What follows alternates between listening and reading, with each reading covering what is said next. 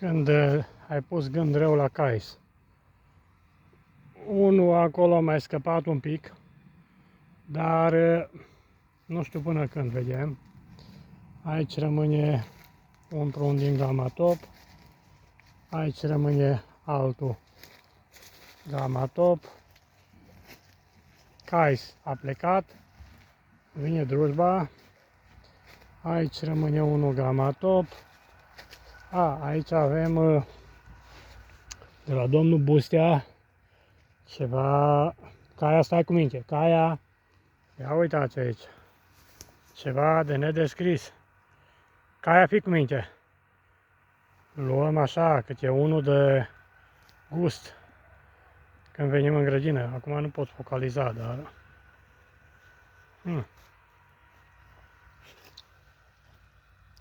a fost mare, mare.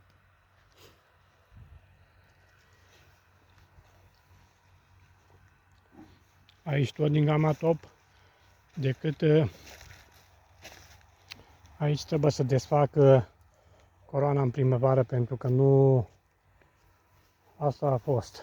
Nu am pornit, asta e first, top first. Ăștia vor trebui desfăcuți în primăvară, pentru că n-am fost atent și coroana a plecat ceva care nu-mi convine. Așadar, iară top aici, top acolo, iar am eliminat, top aici, top acolo, top aici, aici iar am eliminat, acolo iar am eliminat. Ăsta e cu semnul întrebării, ăsta a fost un porun foarte bun, a plecat, rămâne ăsta aici. Aici iar am avut o surpriză plăcută de la domnul Bustea, dar copiii au halit. Aici avem top, aici avem o mini pepinieră de păr, aici avem ceva șpalier, aici avem iarăși ceva șpalier, dar aici o să mai vină rărit un pic între ei, pentru că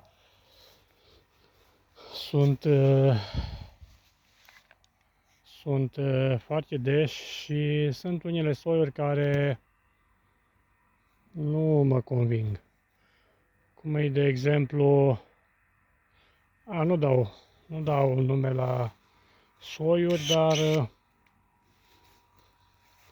oricum va veni și aici lucru între ei. Aici sunt piersici de vie care pur și simplu au rupt crenjile prin recoltă. Aici avem un smochin, un piersic iarăși care a făcut o treabă foarte bună. Aoleu, un prun grozav acolo.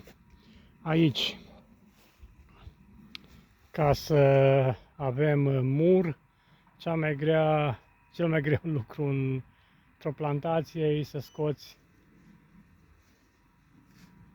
din el tulpinile care au fructificat. Da.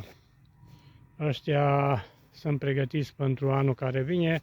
O să fie săpat o groapă, o să fie băgat, încorporat gunoi la rădăcină.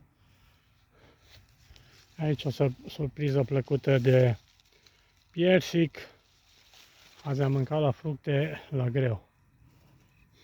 Deci, cam asta, cât ne mai lasă timpul. Sănătate maximă!